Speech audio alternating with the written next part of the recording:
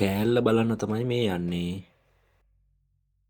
දැනටමත් ලක්ෂකට වඩා බලලා තියෙන මේ අඬා හැරෙන ඇල්ල වීඩියෝ එකේදී මේ කෑල්ල මම පෙන්නුවා.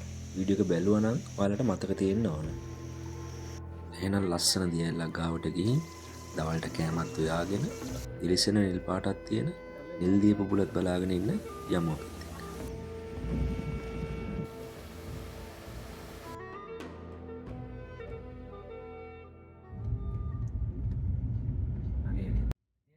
ගමන පටන් අරන් කිලෝමීටර් 10ක් යන්නත් කලින් තව පොඩ්ඩෙන් ඩ්‍රෝන් එක වතුරට වට ගන්නවා අපි.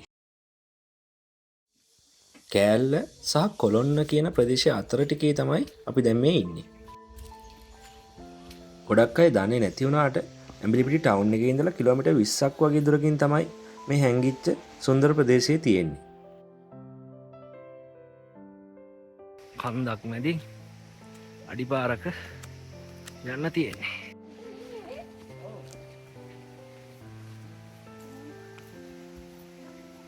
සෑහෙන අවදානම් මාර්ගයක් වගේ බලාගෙන කකුල දිහා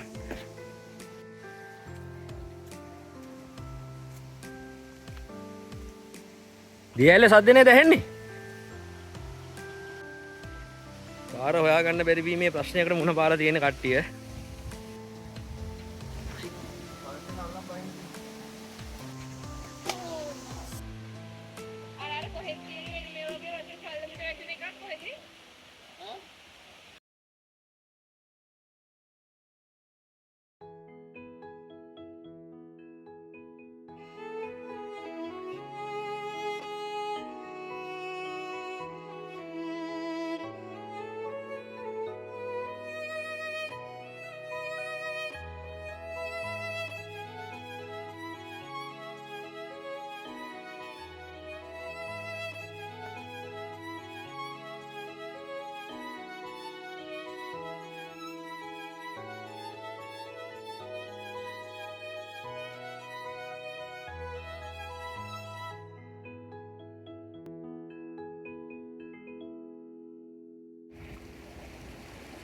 අපි අද මේ ඇවිල්ලා ඉන්න ඇල්ල ගොඩ දෙනෙක් දැකලා නම් නැතුව ඇති.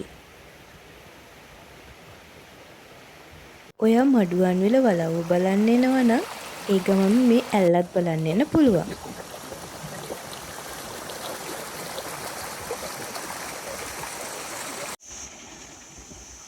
මේ දූලි ඇල්ල මඩුවන්විල වලව්ව ගාව ඉඳන් කිලෝමීටර් 1.5ක 2ක වගේ දුරකින් තමයි තියෙන්නේ. මේ තැනට ඇඹිලිපිටිය පනාමුර බුලුතොට පාරේ ඇවිල්ලා තමයි එන්න ඕන.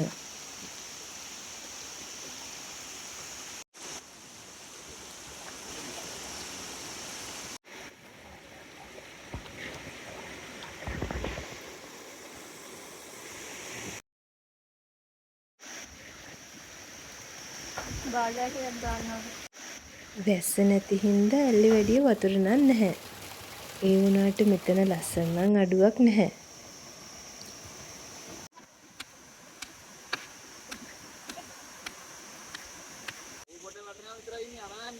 මේ ඇල්ලට ඉස්සරහෙන් පේන්න තියෙන්නේ මිරිස් වැල්පත කන්ද.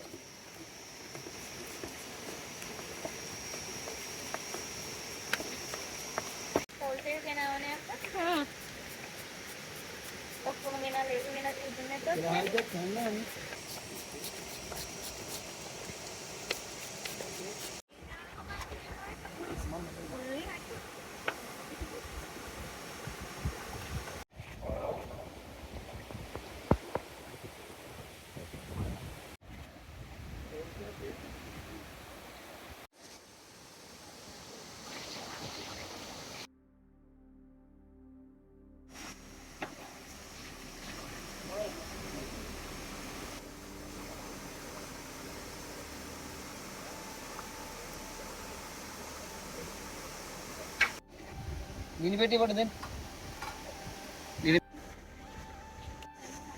නෑ උඩින් දැම්මම.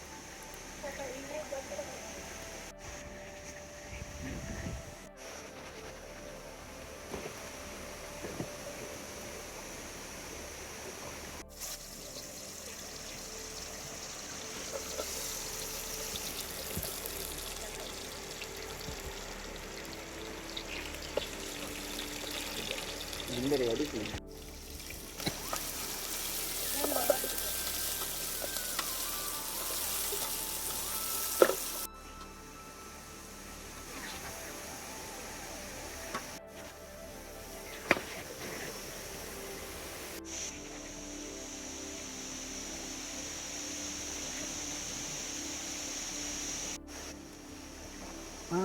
Kira.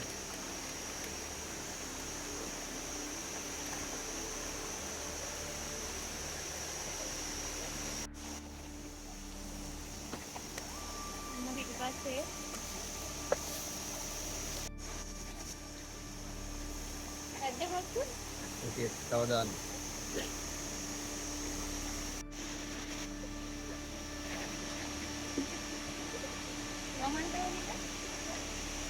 Udah pergi.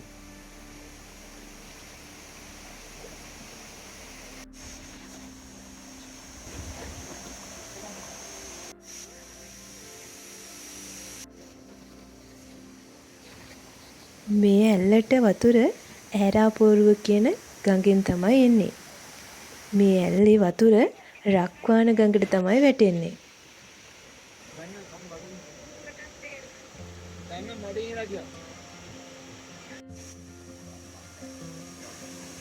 Behind the scene දාන්න ඕන. ඔව්. මොකද කියන්නේ? අය පොලිංග එන්න පොද ලිස්සන. වෙහෙසකාරී සතියක අවසානයේ මනසට හොඳ විවේකයක් දෙන්න හොඳ ස්ථානයක් තමයි මේක. ස්වාභාවික පිෂ්ඨෙරපියක් එක්ක ඔත්තු පොඩ්ඩක රස බලමු එනවා.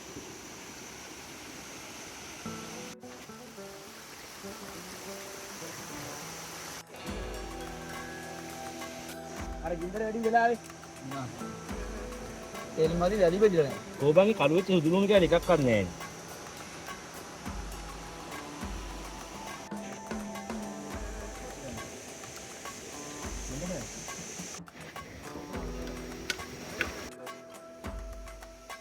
වියපු තැනත් අඟුරු කෑල්ලක්වත් ඉතුරු වෙන්නේ නැති වෙන්න පිරිසිදු කරා. අපි කොහේ ගියත් පරිසරය ආරක්ෂා කරලා ඉන්න පුරුදු වෙන්න ඕන. මොකද මේ පරිසරයේ ඉඳ තමයි අපි ආරක්ෂා වෙලා ඉන්නේ.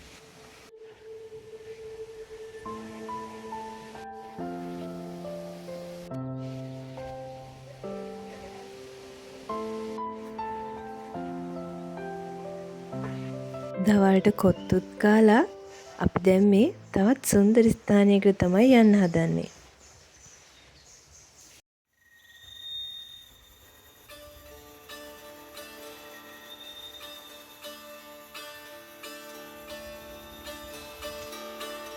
අපි වාහනේ නවත්තලා ගිය ගෙදර ගෙවද්ද තමයි මේ.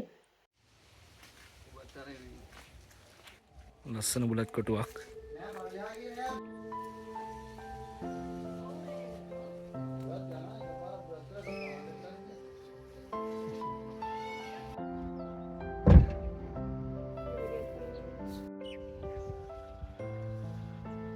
ලස්සන කුඹුරු ඈත් එක්ක අපිට ඔය ඈතින් පේන්නේ ගොන්ගල කඳු පන්තිය. ගොඩක් ලස්සන කෙනෙක් ඉන්නවා ගහ කුඩර වෙලා. පේනවද බලන්න?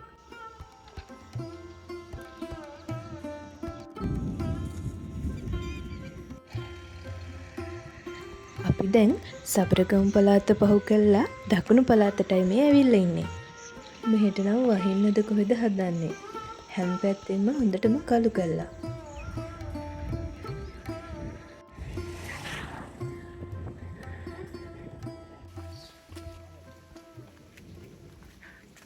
නිල්දිය බුබුල.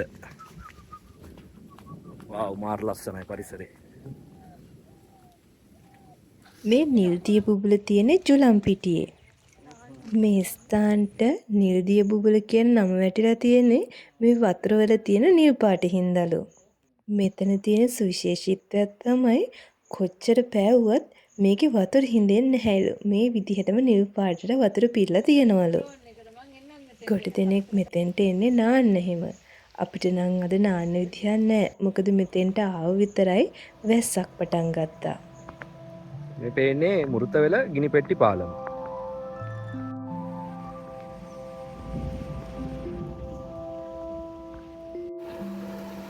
පොද වැස්සත් එක්ක මේ පරිසරයේ දින සුන්දරත්වය නම් කියලා වැඩන්නේ මාරම වස්තුවක් තියෙනවා.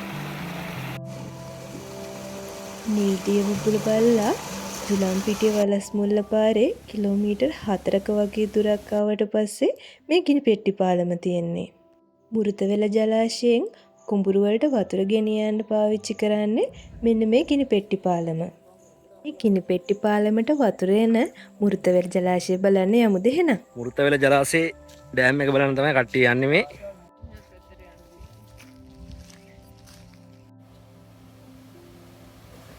මෙන්න මේ ප්‍රධාන වාහන දොරටුවෙන් තමයි මුරුතවෙල ජලාශයෙන් ගිනි පෙට්ටි පාලමට වතුර සපයන්නේ.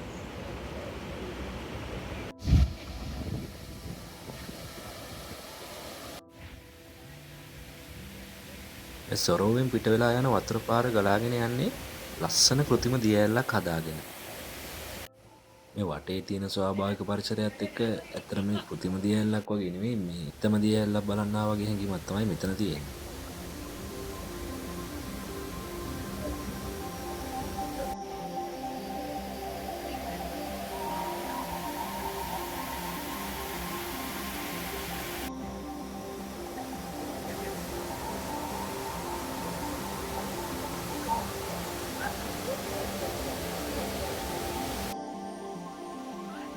උඩ ඉඳන් පහළ බැලුවත් පහළට ගිහිල්ලා උඩ බැලුවත් මෙතන පුදුම ලස්සනක් තියෙනවා.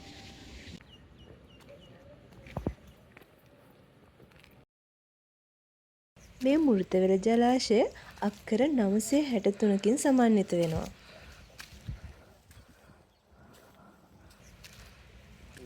මේ ඩෑම් එක ගාවට ආවට පස්සේ මට ඇත්තටම මතක් වුණේ උඩවලෝ ජලාශයේ ඩෑම් එක. මොකද මේ පේන view එක උඩවලෝ ඩෑම් එකේ පේන view එක අර ටිකක් zoom කරලා අපිට ලං කරලා පෙන්වනවා වගේ view එකක් තමයි මෙතන තියෙන්නේ. අර උඩවලෝ ජලාශයේ තියෙන විශාලත්වයත් එක්ක ඒක ඈතින් පේනා වගේම මේක ජලාශය එච්චර ලොකු නැති හින්දා අපිට ළඟින් පේනවා. උඩවලෝ ජලාශය තරම් සුන්දරත්වයක් නැති වුණාට ඒකත් ගොඩක් ලස්සනයි ඇත්තටම.